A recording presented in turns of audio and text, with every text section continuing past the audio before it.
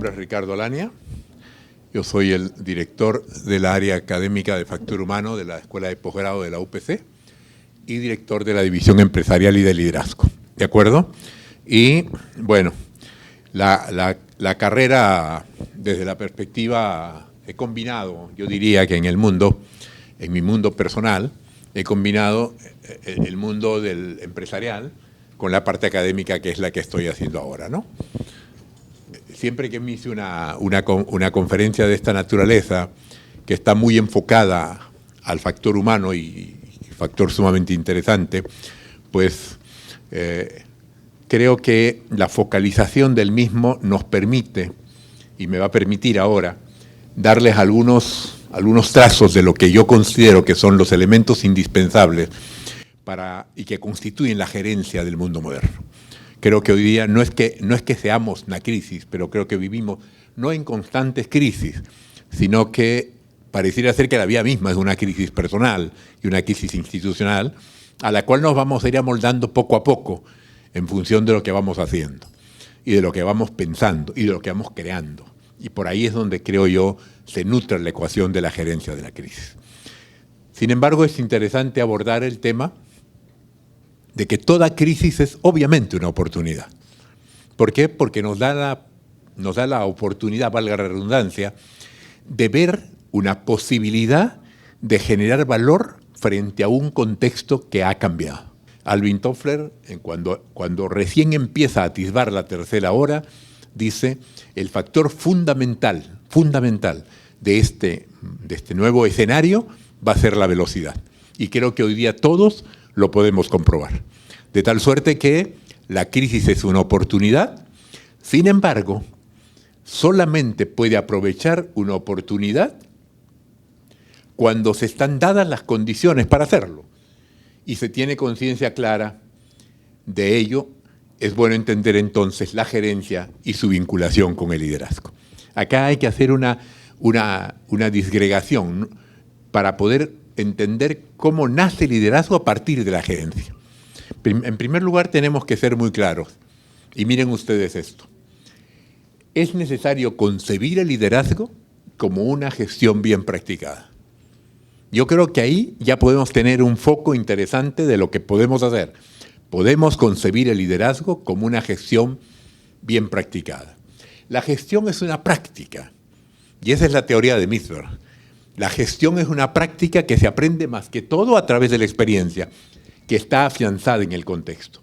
Y entonces una pregunta que podría caer por su propio peso, que pareciera ser simple, pero creo yo que también conserva cierto grado de profundidad, es: ¿qué cosa es la experiencia? Si yo les preguntase a ustedes qué cosa es la experiencia, ¿alguien podría decir algo?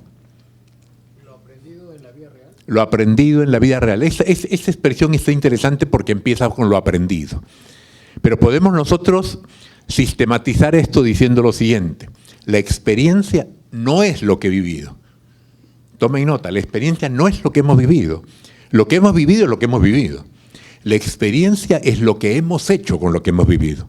Es decir, hemos aprendido, hemos reflexionado, nos ha servido para algo. Realmente lo que he vivido es una experiencia en la que puedo extraer algo que puedo generalizar posteriormente y luego extrapolar a cualquier otra situación que no necesariamente sea igual a la que he vivido. Eso es la experiencia.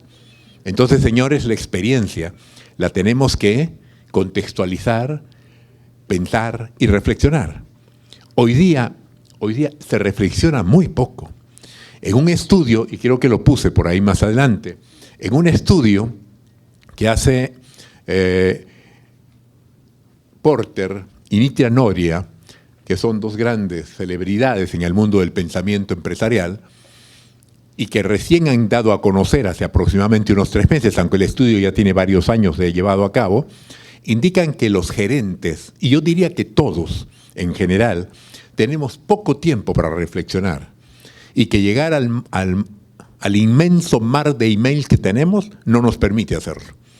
De tal suerte que más nos concentramos en la dinámica o en la vorágine del día a día que en una reflexión profunda del qué hacer frente al qué mirar. Ahora lo vamos a especificar mejor. ¿Qué es la experiencia entonces? La experiencia no es lo que hemos vivido, sino lo que hemos hecho con lo que hemos vivido. Sin embargo, la gestión eficaz depende más del arte y está especialmente arraigada en el oficio. Un arte que produce claridades, visión a partir de la intuición. Y acá es donde nosotros recalamos nuevamente en la condición humana desde su condición más básica. Creo que honestamente nunca hemos sido tan importantes como ahora. Nunca como personas hemos sido tan importantes como ahora. Como decía en una entrevista que me hicieron hace un par de años, yo creo que la tecnología nos está dando la oportunidad de ser más humanos.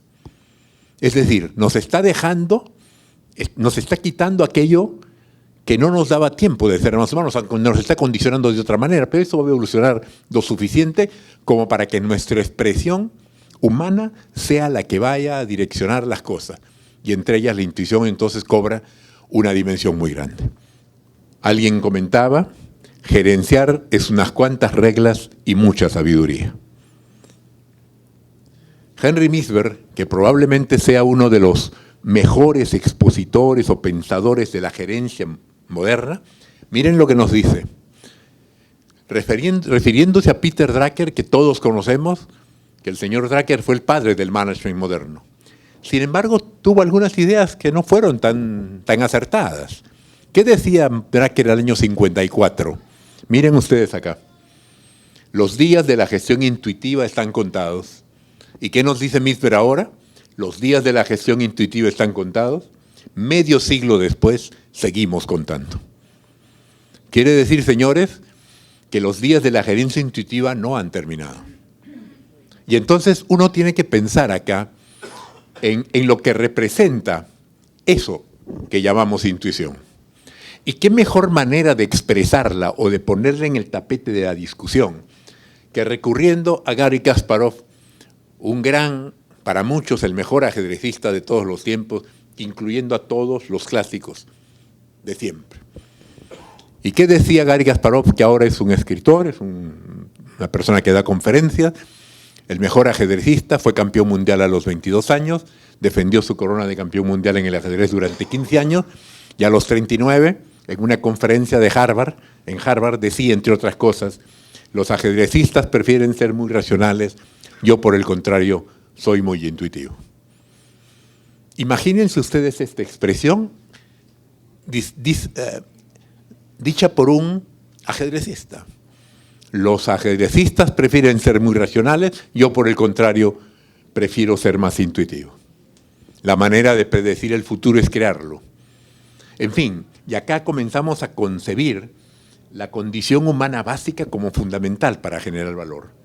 El oficio implica aprender de la experiencia, implica que la gestión resuelva cosas sobre la marcha. Es decir, a la larga, señores, la gerencia no se aprende en un aula. La gerencia se aprende en la vida. La gerencia es como la vida. Es una constante visión de las cosas y en función de eso una constante actuación frente a las mismas.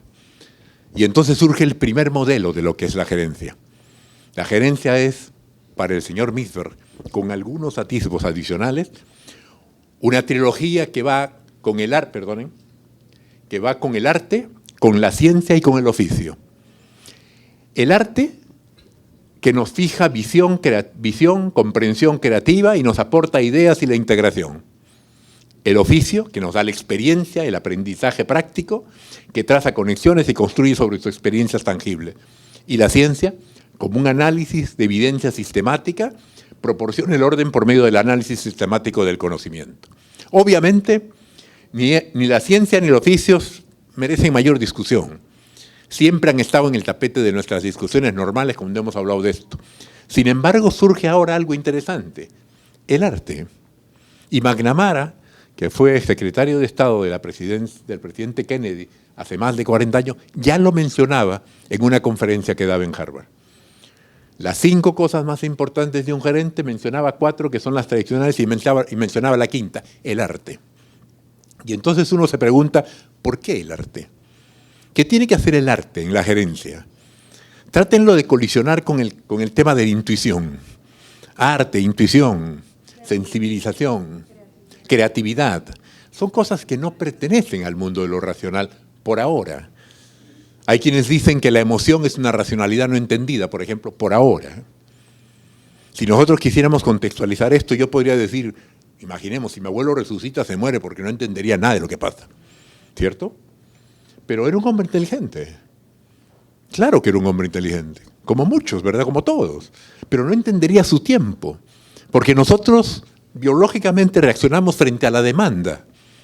Hay quienes se crean una demanda mayor y obviamente reaccionan mejor y con mucha mayor lucidez frente a los problemas que están visualizando. Entonces quizás uno puede decir, frente a lo dicho, ¿qué es la esencia natural de lo que debemos hacer? ¿Cuál es la competencia más interesante que debemos de crearnos? Yo se los voy a contestar mediante una pregunta. A ver, todos los que estamos acá, de todo lo que han estudiado, en donde han estudiado, en la universidad, en cualquier escenario de estudio, ¿cuánto aplican en la vida real, en la vida del trabajo? ¿Mucho o poco? Muy poco. Alguien dice mucho por las dudas, ¿verdad? Entonces la pregunta pragmática podría ser, ¿y por qué nos hacen estudiar tanto, verdad? ¿No? Podría ser un poco menos. Sin embargo, ¿será eso el problema? ¿O será ese el problema? ¿Será que no aplicamos lo que hemos aprendido porque no hay donde aplicarlo? ¿O será, señores, que no sabemos aplicar lo que hemos aprendido? Porque no hemos desarrollado una competencia que es fundamental, que es ver el problema. Sabemos solucionar cosas y hemos aprendido años cómo solucionarlas. El tema ya en el trabajo no es solucionar lo que alguien nos presenta. Hoy día, el tema en el trabajo es ver los problemas, es enunciarlos, es apreciarlos. Hemos buscado el santo grial de la gestión en la ciencia y el profesionalismo, y sin duda no es malo. Hoy en día, eso sobrevive en las fórmulas fáciles de buena parte de la literatura empresarial. Sin embargo, una y otra vez las respuestas fáciles han fracasado y han dado la ilusión de que estamos en progreso, mientras que los problemas reales parece que continúan encontrándose. O como decía Hugh Forrester, el inventor de la memoria aleatoria para las computadoras hace muchos años, el señor Forrester decía, profesor del MIT, el verdadero problema es no entender los complejos sistemas humanos. ¿Y por qué no los entendemos? Podría ser una siguiente pregunta, ¿verdad?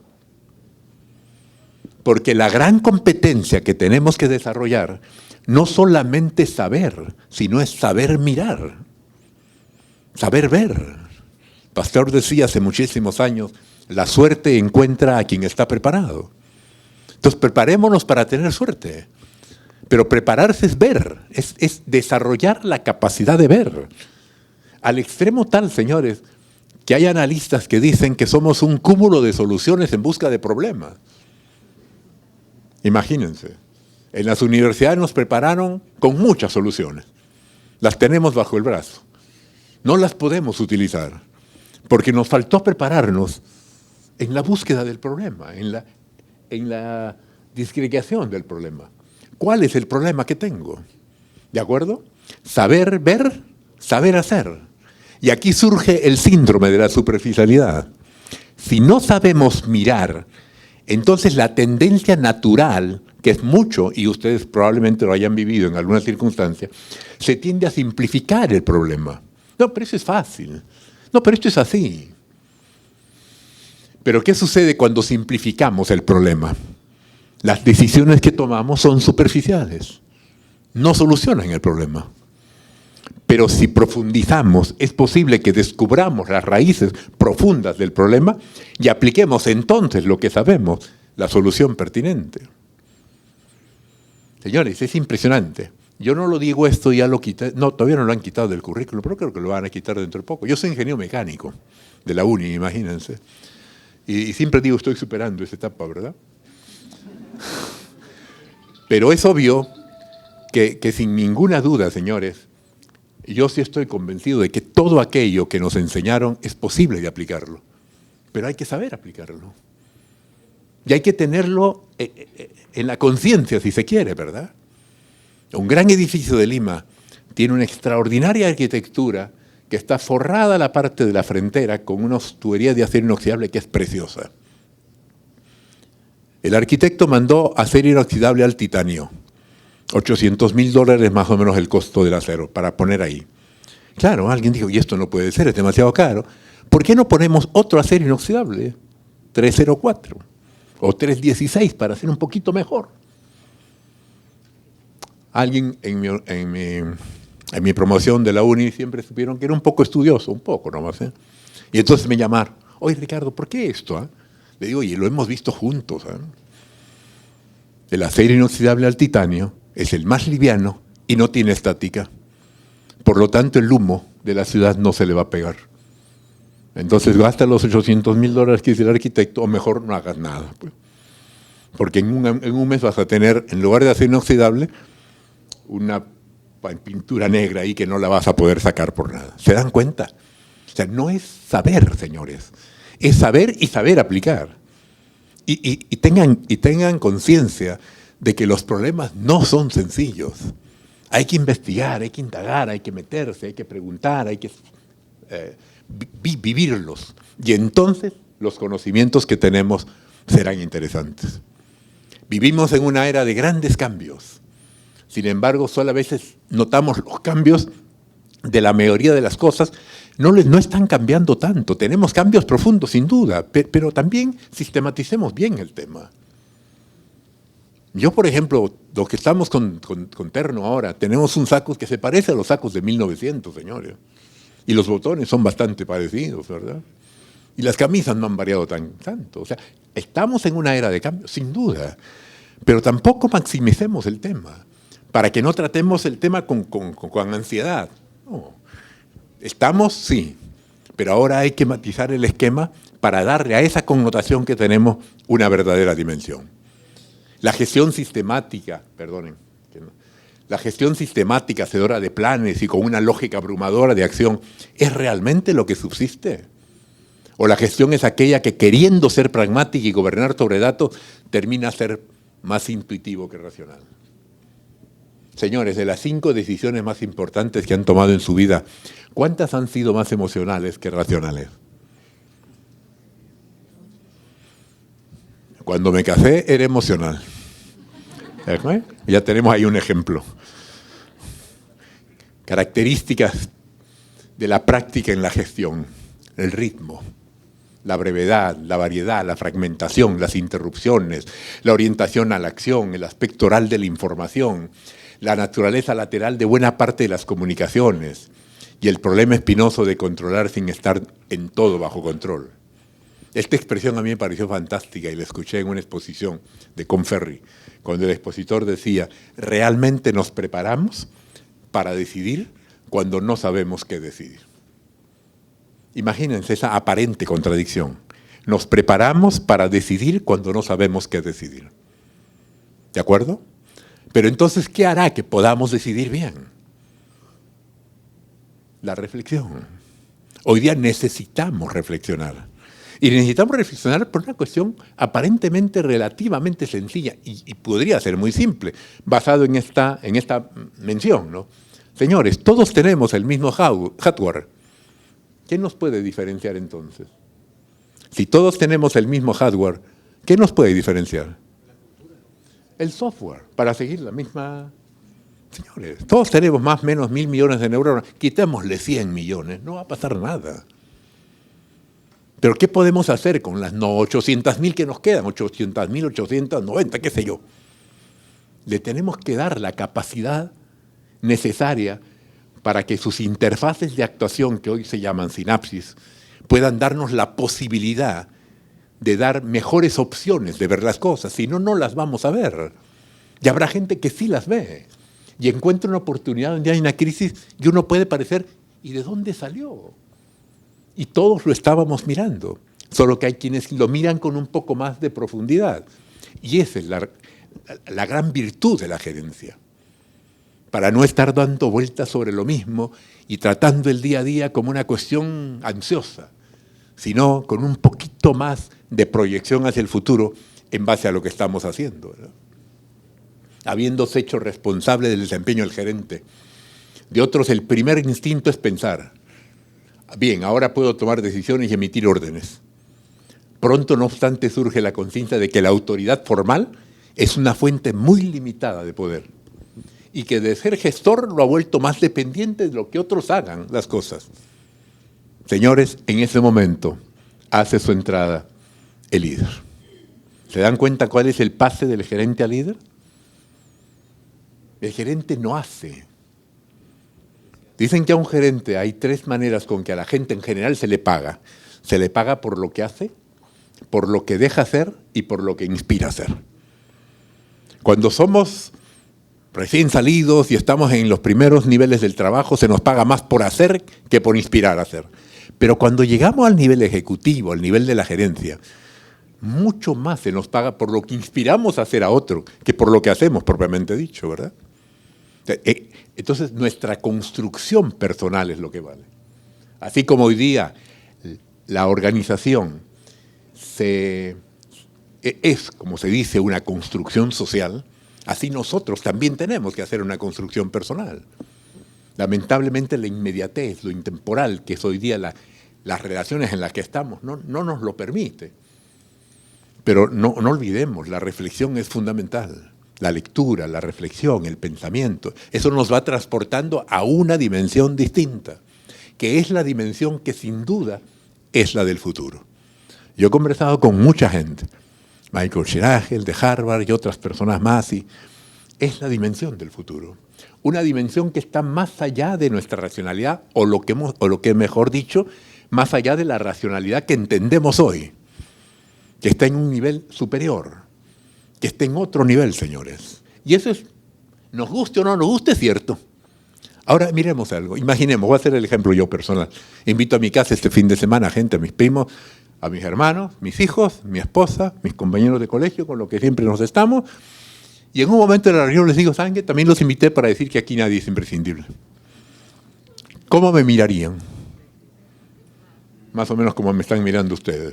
¿Y qué le pasó, verdad? Ahora, independiente de todo, ¿cierto o falso? ¿La vida continúa? La vida continúa.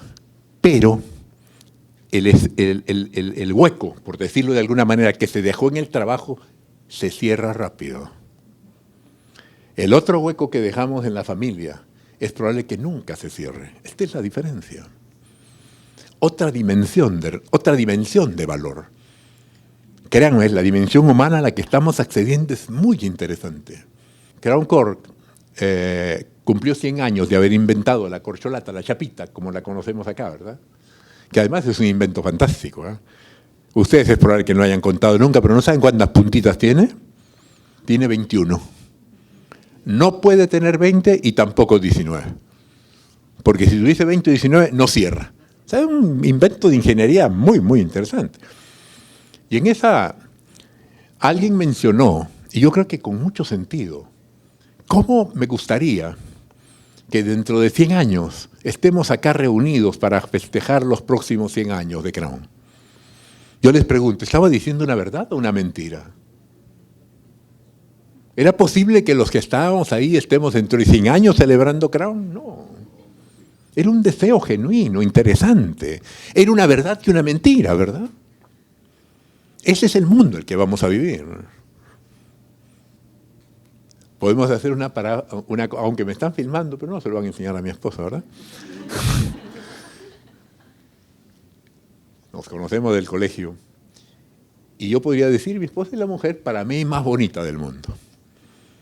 Pero sé que tampoco no es la más bonita del mundo. ¿Cómo concilio eso, verdad? Es que es obvio, no es la más bonita en un nivel de racionalidad, donde las medidas y las cosas importan demasiado. Vale. Pero en otro nivel, que es un nivel superior, sí lo es. Y lo es para mí, ¿verdad? Y lo es genuinamente. ¿Entienden la diferencia de los niveles? Lo que estamos es subiendo. Lo que estamos es llegando, donde la racionalidad va a tener un valor impresionante y el conocimiento sin duda también. Pero va a haber otros valores que construyan valor a partir de ello. Por eso nunca puedo dejar en este momento de mencionar, por ejemplo, al señor Mandela. Pasó 27 años detenido, 17 de los cuales estuvo solo en una prisión. No tuvo acceso a maestrías, a doctorados, no se graduó. Sin embargo, cuando salió de la prisión y al poco tiempo se convirtió en el mejor presidente de Sudáfrica. ¿Cómo se hace eso? Esa sensibilidad que se cultiva en nuestros valores humanos más profundos y que se nutre del conocimiento de las personas que elegimos. Sin duda, eso es importante, ¿verdad? A la larga, señores, como lo decía Kennedy en su momento, dirigir es elegir. Y dentro de elegir es también elegir las personas que nos van a acompañar en el proceso. O como dicen en Stanford, las debilidades de alguien en el equipo deben ser superadas por las fortalezas de otra persona en el equipo. ¿De acuerdo? Que también ahí hay un tema central, ¿verdad? Nos enseñaron o nos quisieron enseñar a ser perfectos.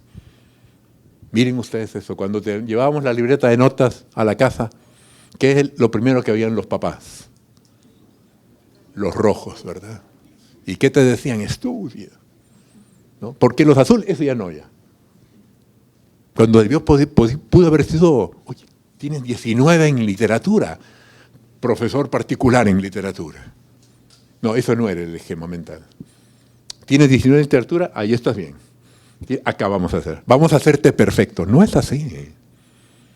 Hoy día, quizás una de las más interesantes teorías es gestionarse a sí mismo fortaleciendo nuestras fortalezas. Por eso estamos donde estamos y por eso llegaremos donde llegaremos, ¿verdad? Al gestionar, la excelencia de un líder se mide por la capacidad para transformar los problemas en oportunidades y la del gestor en hacer que sucedan las cosas y que aprovechen las oportunidades.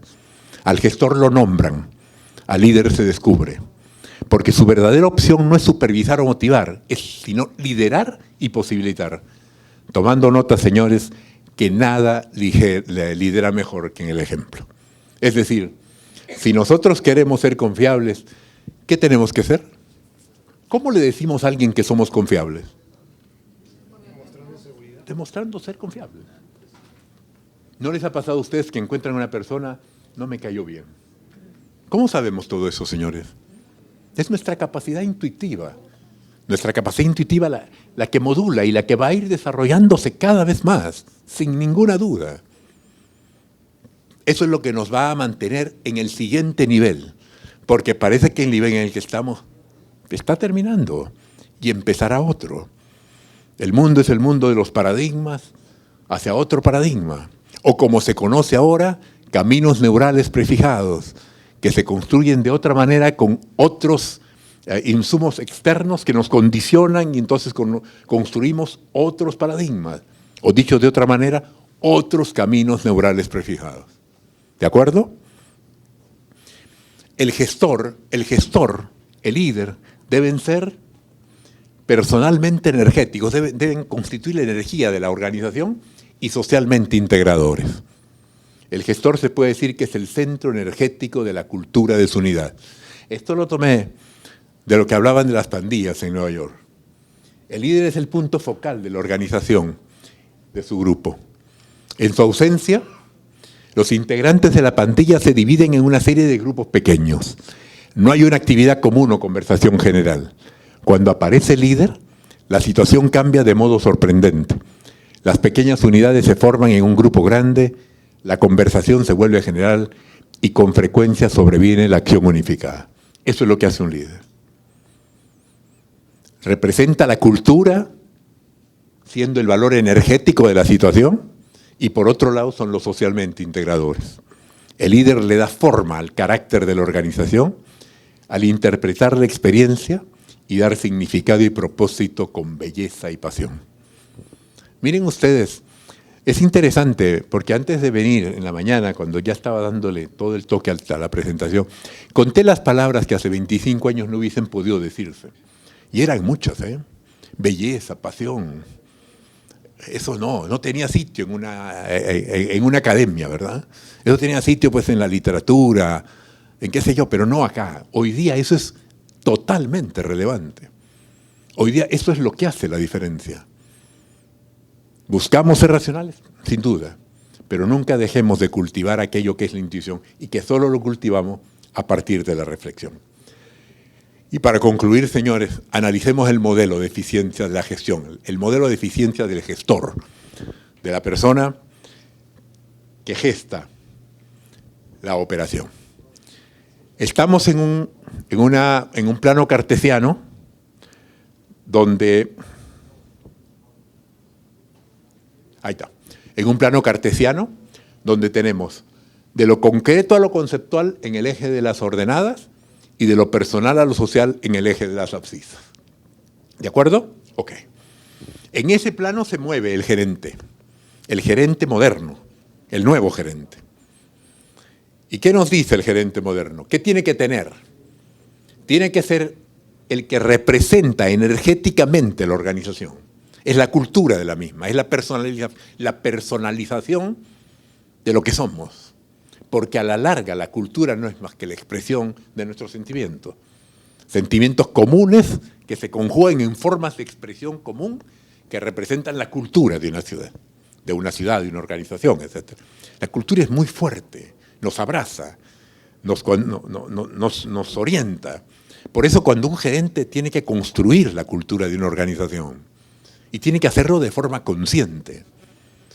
Yo en mis clases ahí en la escuela siempre digo que de pronto, de acá a algunos años, quién sabe, algunos pocos o muchos, habrá una nueva carrera que quizás la gente de recursos humanos debiera abrazarla con cariño, el arquitecto social o arquitectura social. Nos preocupamos tanto de la arquitectura, de la infraestructura física.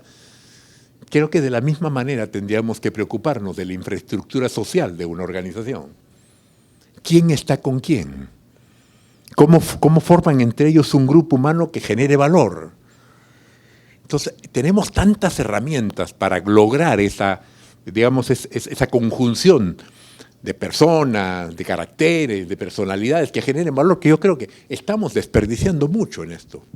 Y ahí hay que enfocarnos. Entonces, el nuevo gerente deberá ser energético, representa la cultura, desde el punto de vista personal. Y nos saltamos desde el punto de vista social, debe ser integrador. Debe ser esa persona de la que hablábamos en las pandillas, que llega y se integre el grupo. Representa como un foco de unión, como un foco de aglutinamiento, natural. Todos conocemos esas personas, ¿verdad? Es curioso, pero todos conocemos que alguien que llega a la fiesta y parece que las luces se encienden, ¿verdad? Y también conocemos a aquella persona que llega a la fiesta y parece que las luces se apagan, señores. Híjole, hay que trabajar en eso, ¿verdad? ¿Y cuáles son entonces las mentalidades de los gestores, de los gerentes? Tiene que ser reflexiva, tiene que ser reflexiva. No hay alternativa. Tenemos que cultivar ese software que nos permita una mayor sinapsis, que implica que lo que sabemos, la experiencia, lo que aprendemos, lo que meditamos, lo que leemos, haga algo en nuestro cerebro y que nos dé aporte cosas distintas. Porque es la única manera de saber que lo que estudiamos hoy nos va a servir para mañana. Señores, lo que estudiamos hoy se refiere a casos de hoy y de ayer, ¿verdad? No se refiere a casos del mañana. Entonces nos tenemos que preparar para mañana, no para hoy ni para ayer. Yo sé este caso, no va a existir mañana. ¿Qué has aprendido del caso para mañana? Solamente lo lograremos hacer a través de una reflexión profunda, interesante, en algunos casos sistemática, modelada, etc. Este es el nuevo mundo. Nosotros ahí en la escuela, por ejemplo, estamos tratando de introducir en la nueva maestría de factura humana cursos como antropología social, cursos como sociología, cursos como filosofía. Creo que ese es un enfoque moderno que calza muy bien con todas estas cosas, ¿no? Y por otro lado, también tiene que ser proactiva. Pero para ser proactiva tiene que adelantarse, ¿verdad? Tiene que visualizar el futuro. Tiene que construirse para visualizarlo. Y en términos más de labor, tiene que ser colaboradora. Tiene que entender que hoy la colaboración es mejor. Tiene que ser analítica, que tiene que pensar a partir de un hecho concreto. Y tiene que ser mundana. Mundana es probablemente un nombre que habría que refrasearlo acá, ¿verdad? Pero, ¿qué significa mundana? Con experiencia de vida. Sofisticado, práctico, con vida, ¿verdad? Eso que se aprende en el mundo diario. Un gerente tiene que tener eso. Porque esas son las mentalidades de los gestores. Entonces, repasando el modelo central. Un gerente moderno que enfrenta crisis, que sobrelleva situaciones difíciles, tiene que ser alguien que simbolice la cultura de la organización con pasión, energético, fuerte. Tiene que ser alguien que sea integrador por naturaleza y que tiene que tener dentro de las mentalidades del gestor una mentalidad reflexiva, proactiva, analítica, colaboradora y mundana. Yo creo que este es el gerente del futuro. Este es el gerente al que nosotros debemos tender, sin olvidar dos grandes pilares de construcción humana personal. El cultivar nuestra intuición en base a una permanente y sostenida reflexión. No sé si tienen alguna pregunta, pero vamos a ver acá. Pertenezco a la Universidad de Posgrado, tenemos cursos para todos, nos centramos mucho en el liderazgo, creemos que es un tema central, creemos que es algo que valga la pena, en fin. Tenemos maestrías online especializadas en hacer muchas cosas que se pueden servir para los que deseen. Yo creo que es una expresión interesante de lo que nosotros podemos hacer. Especializaciones varias en muchos campos, pero básicamente en el campo de la gestión, donde el eje transversal es, y por eso lo pongo, lo que acabamos de ver. Un gestor tiene que ser una persona reflexiva y proactiva. Tiene que ser integradora socialmente y tiene que ser energética personalmente. Si se cumplen esos valores, creo que estaríamos preparados para cumplir aquello que el señor de Conferry dijo en aquella conferencia, ¿verdad? Que puede ser una norma. Estar preparados para decidir cuando no sabemos qué decidir. Muchísimas gracias.